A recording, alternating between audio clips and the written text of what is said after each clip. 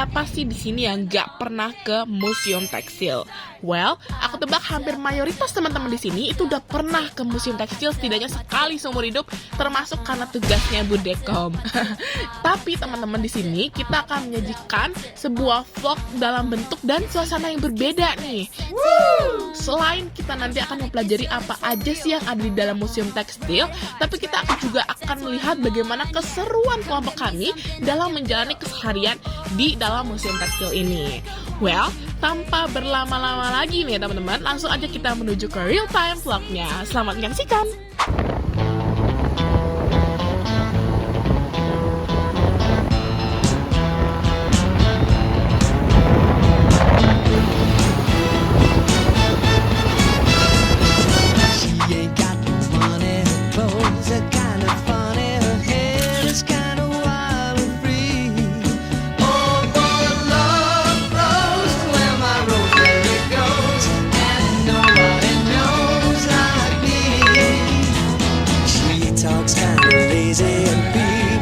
She's crazy and her life's a mystery.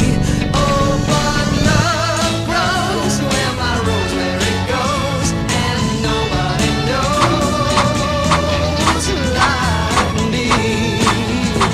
There's something about her head on my mind. It's a feeling that's fine, and I just gotta say, hey, she's really got a magical spell, and it's working so well. Halo guys, sekarang kita lagi di Galeri Batik dan kita mau lihat-lihat nih di sini tuh ada apa aja.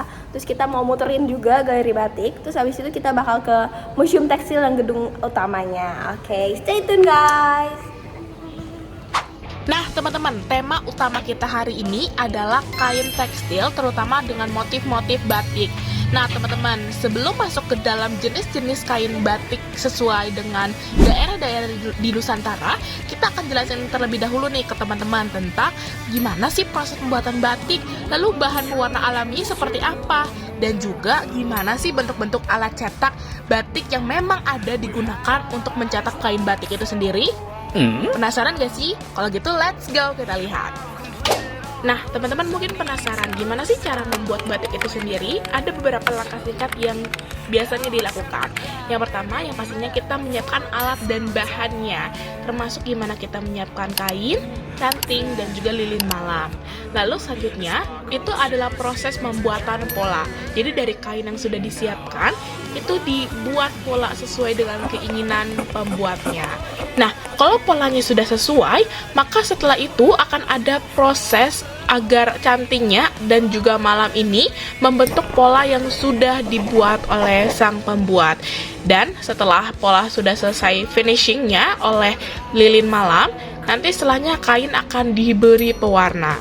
Nah, kain yang diberi pewarna ini tidak akan kemudian mengkontaminasi bagiannya kain yang sudah diberi oleh lilin malam. Jadi itu fungsi lilin malamnya.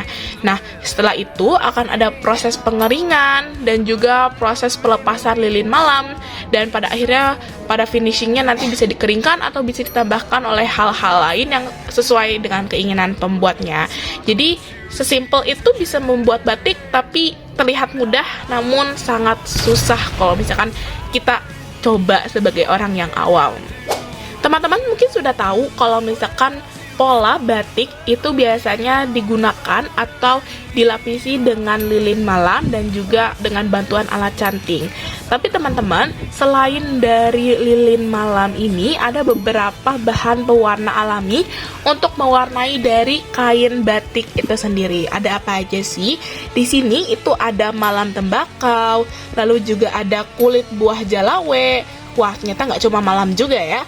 Lalu juga ada kulit kayu jambal, ada juga kulit kayu terigi, ada juga kulit kayu mahoni, ada juga nih kayu tegeran, dan masih banyak yang lainnya. Selain dari batik tulis, biasanya kita juga mengenal tentang batik cetak. Batik cetak adalah batik dengan motif yang dicetak oleh cetakan-cetakan biasanya berupa kayu. Nah, teman-teman, dalam galeri batik ini, kita satu kelompok itu menemukan sebuah karya bantu dalam pencetakan kain batik itu sendiri. Nah, teman-teman bisa lihat nih motif-motifnya itu super duper unik banget, dan juga teman-teman bisa lihat motifnya sangat amat beragam. Jadi, nggak cuma batik yang bisa ditulis, tapi ada juga batik yang dicetak dengan alat cetak yang ada di depan mata kita ini.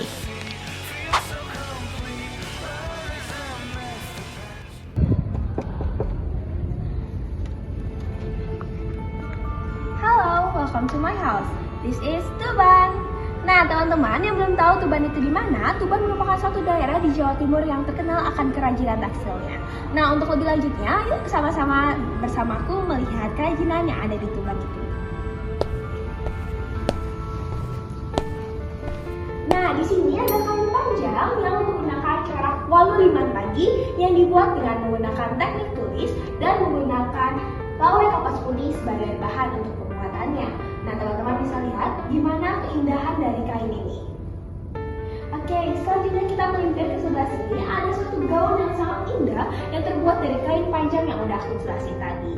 Oke, next, di sini ada satu selendang. Selendang ini menggunakan corak atau motif panji krantil dengan menggunakan bahan tenun gedung sebagai bahan materialnya untuk pembuatannya. Dan untuk pembuatan itu menggunakan teknik tulis kembali. Nah, di sini ada 3 jenis, 1, 2, 3. Nah, yang membedakannya itu apa sih? Yang membedakannya itu adalah stylenya. Di sini yang pertama itu ada style dengan menggunakan style irengan. Lalu di sini ada style biru. Dan yang terakhir ialah style irengan kembali. Oke, selanjutnya kita akan yang terakhir. Terakhir ini adalah kain panjang yang menggunakan motif atau menggunakan corak lokcat papat. Nah, untuk pembuatannya ini sama seperti yang tadi, ialah menggunakan teknik tulis. Nah, teman-teman bisa lihat di sini bahwa kerajinan tradisional bisa dibentuk menjadi suatu kerajinan yang modern, yaitu ada tas, ada baju, ada sepatu, dan ada juga dompet di sebelah sini.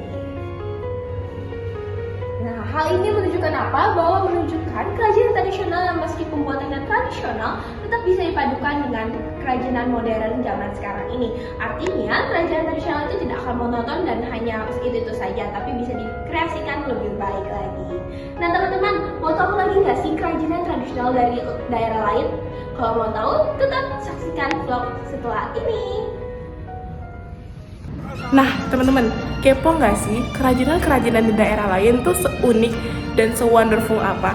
Yuk, cek, aku akan bahas dari daerah Pekalongan. Yuk. Halo semuanya, jadi di sini aku akan bahas tentang batik Belanda. Batik Belanda? Apa Belanda nyuri-nyuri budaya kita kayak sebelah nih? Enggak, bercanda sayang. Jadi, batik Belanda ini adalah batik yang mempunyai unsur-unsur atau kultur Belanda di dalamnya. Nah, biasanya batik dengan motif atau unsur Belanda ini disebut sebagai sebuah batik company. Nah, jadi pas aku berkunjung ke museum tekstil, terutama di Galeri Nasional, aku ketemu dengan 2 jenis batik yang sangat amat unik motifnya, berbeda dari batik-batik lainnya. Nah, kalau misalnya batik-batik lainnya, kan itu gak jauh-jauh dari motif tumbuhan, hewan, ataupun geometris. Tapi di sini ada 2 jenis batik yang unsurnya di luar dari itu, ya, dengan unsur-unsur Belanda. Apa saja sih? Nah, teman-teman lihat dulu nih, batik yang pertama. Nah, teman-teman, batik yang pertama ini dia mempunyai unsur atau jenis motif yaitu kapal dan serdadu. Kapal dan serdadu ini melambangkan bagaimana ciri khas dari Eropa atau Belanda tentang budaya-budaya mereka, dari kapal mereka maupun para prajurit mereka. Nah, teman-teman kalau lebih detail lagi bisa dilihat di sini banyak sekali unsur-unsur dari Belanda, terutama ya dari bagaimana cara prajuritnya itu berpakaian atau bagaimana ada unsur kapalnya di situ yang waktu itu Belanda sedang menjelajahi samudra dan lain sebagainya. Oke, dari situlah kita mengetahui kalau batik itu nggak cuma dengan unsur-unsur Indonesia aja, tapi ada loh unsur di luar Indonesia yang ada di dalam batik. Nah, di batik yang kedua, ini dia juga punya unsur yang sangat amat unik juga. Nah, unsur atau motif dari batik yang kedua ini adalah balloon guitar. Atau teman-teman bisa translatein ya ke Indonesia, itu adalah balon dan gitar. Ya, tapi kalau teman-teman bisa lihat di batik ini, hal yang ditunjukkan dalam batik ini adalah balon dan juga gitar. Kalau kita bisa lihat teman-teman di daerah di sekarang ini, zaman sekarang ini, Belanda kan terkenal ya dengan balon besarnya, lalu juga bagaimana unsur seni mereka menggunakan gitar dan lain sebagainya. Itu yang menunjukkan bagaimana kultur Belanda itu dituangkan dalam kedua batik ini, terutama tadi yang batik belun gitar. Nah, teman-teman, di sini kedua batik ini dia berasal dari Pekalongan untuk Sumatera. Gimana sih Pekalongan untuk Sumatera? Gini teman-teman. Kedua batik ini itu diproduksi dan dibuat di Pekalongan, tapi dipersembahkan untuk daerah Sumatera. Gitu teman-teman. Dan cara atau teknik dari pembuatan kedua batik ini adalah dengan cap kayu. Nah, teman-teman kalau bisa perhatikan lebih detail lagi, ada perbedaan antara batik dengan cap kayu dan juga batik tulis. Kebanyakan mungkin mayoritas yang ada di museum tekstil adalah batik dengan penggunaan teknik yaitu batik tulis. Teman-teman bisa lihat perbedaannya. Kalau misalkan batik dengan cap kayu, itu pinggir-pinggir dari motifnya itu ada sedikit tidak terlalu rapi atau ada unsur-unsur yang transparan atau misalkan ada yang masih ada tambahan-tambahan garis tertentu. Itulah khas-khas dari batik dengan cap kayu. Tapi dia di cap kayu ini dia menghasilkan motif yang sangat amat luar biasa dan juga unik juga kalau bisa teman-teman lihat. Tapi perbedaannya dengan batik tulis ini dia unsurnya atau motifnya itu bisa dikatakan lebih rapi, lebih terstruktur dan lebih tajam. Jadi karena dia menggunakan batik tulis atau dia tulis sendiri menggunakan tangan, itu jadi lebih detail dan meminimalisir keberantakan dari sebuah batik. Ini nggak berarti cap kayu itu berantakan enggak ya, tapi perbedaannya di situ yang membuat kedua batik ini jadi lebih unik dengan ciri khasnya masing-masing. Nah, di dalam kedua batik ini itu diciptakan pada tahun 1900-an, artinya sebelum kita lahir. Betul kan? Jadi di zaman 1900-an kedua batik ini diproduksi. Untuk batik yang pertama itu diproduksi pada tahun 1940. Jadi 5 tahun sebelum Indonesia itu merdeka.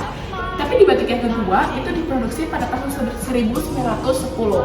Itu lebih jauh lagi daripada Indonesia merdeka, tapi masih di tentang 1900. Dan kedua ini menggambarkan bagaimana kultur Belanda itu mempengaruhi juga budaya dari Indonesia itu sendiri. Nah, kalian kan tadi kan udah lihat kan tuh batik dari Pekalongan. Nah, sekarang kita akan bahas batik yang menurut aku tuh simple tapi tetap bagus, yaitu batik yang dari Jakarta. Nah, kalian mau tahu kayak gimana itunya? Lihat saja nanti. Selamat pagi, bersama saya di sini Muhammad Rafiq. Nah, kita tuh mau ngomongin apa sih? Kita tuh mau ngomongin batik yang dari Jawa Barat, yaitu batik sutra atau kain panjang yang berasal dari Jakarta. Nah, batik itu tuh dibuat dengan bahan sutra, jadi ya pastinya lebih enak, lebih nyaman dan enak untuk dipakai. Batik ini juga dibuat oleh fashion designer terkenal yaitu Iwan Tirta, merupakan fashion designer modern dari Indonesia. Nah, walaupun Iwan Tirta itu merupakan desainer modern, tapi teknik pembuatannya itu tetap menggunakan cara tradisional, yaitu dengan tulis. Makanya itu tidak menghilangkan kesan khas tradisional batik ini. Nah, batik ini juga memiliki motif yaitu banji lorong. Banji lorong itu apa sih? Nah, banji yang artinya pola geometris yang berulang-ulang, seperti yang bisa lihat dari sini. Abisnya lorong yang artinya tuh ya lorong, seperti yang kalian bisa lihat gambar dari sini tuh terpisah-pisah dan dilihat seperti lorong. Batik ini juga menggunakan warna hitam dan coklat yang berpadu harmonis, jadi membuat warna yang elegan dan klasik. Batik ini juga memiliki beberapa gambar seperti burung dan juga tanaman, jadi batiknya tuh enak untuk dipandang. Oke, tadi kan udah dibicarain nih batik dari Jakarta. Nah, kalian tahu gak sih Surabaya itu ada batiknya loh, betul-betul unik loh. Ntar kita lihat yuk. Oke, halo semuanya. Oke, di sini tuh kalian tahu lah, di satu provinsi yang yaitu Jawa Timur, di kota Surabaya apa? Oke, kota pahlawan kita. Nah, mana nih area Surabaya? Nah, di sini tuh ada kainnya nih guys, itu kain panjangnya dari Surabaya. Di sini tuh terlihat lah motifnya tuh begitu bagus banget. Mereka menggunakan teknik menulis. Jadi mereka tuh membuatnya tuh begitu sabar banget deh, jadi sampai membuat hasil gini. Nah, mereka tuh menggunakan kain katun. Jadi kalau kalian pakai gitu lebih adem, lebih ringan di tubuh kita guys. Dan apalagi bahan ini tuh punya kelebihan sendiri, yaitu lebih mudah menyerap air. Jadi kalau kalian keringatan tuh dia cepat keringnya. Nah, di sini kalian bisa lihat mereka tuh pakai motifnya itu liang kembar. Jadi itu sih guys, kalian bisa lihat sendiri. Ini ada coraknya, ada naga-naga gitu. Dan jangan lupa juga kalian nih kalau mencuci batik ini juga dia nggak mudah luntur karena mereka menggunakan pewarna kimia. Sekian dari aku, bye. Nah teman-teman, tadi kan kita udah ke 4 kerajinan daerah yang ada di daerah Indonesia ini. Selanjutnya supaya menambah wawasan kita akan melihat 2 kerajinan lagi. Apa yaitu? Yuk! Nah teman-teman, perjalanan kita belum berakhir. Sekarang ini kita akan bertemu dengan kain panjang pagi sore dari daerah Lasem dengan ragam hias pesisir dengan corak buketan dan menggunakan teknik tulis untuk pembuatannya. Lalu juga mereka menggunakan bahan kartun sebagai bahan untuk pembuatannya. Nah teman-teman, selanjutnya yang kedua ini adalah lasem bunga burung. Lasem bunga burung ini itu berasal dari daerah Lasem dan kainnya ini merupakan kain katun. Batik ini itu diciptakan dengan metode batik tulis dan teman-teman bisa lihat bagaimana kedetailan dan juga kerapihan dari batik ini sendiri. Lalu dalam batik ini juga mempunyai motif yang sangat amat unik. Ada perpaduan dari gaya-gaya geometris yaitu segitiga, lurus dan sebagainya. Tapi ada juga nih motif-motif lasem ataupun motif-motif kayak bunga, burung dan lain sebagainya yang menciptakan keindahan dalam batik itu sendiri. Nah teman-teman, itu tadi dia 6 khas kain tekstil yang ada di Nusantara, di daerah-daerah di Indonesia yang tadi sudah kita jelaskan. Semoga dengan adanya penggambaran dan juga penjelasan ini bisa menambah ilmu pengetahuan teman-teman semuanya mengenai kain-kain tekstil yang ada di Indonesia. Terima kasih sudah menyaksikan.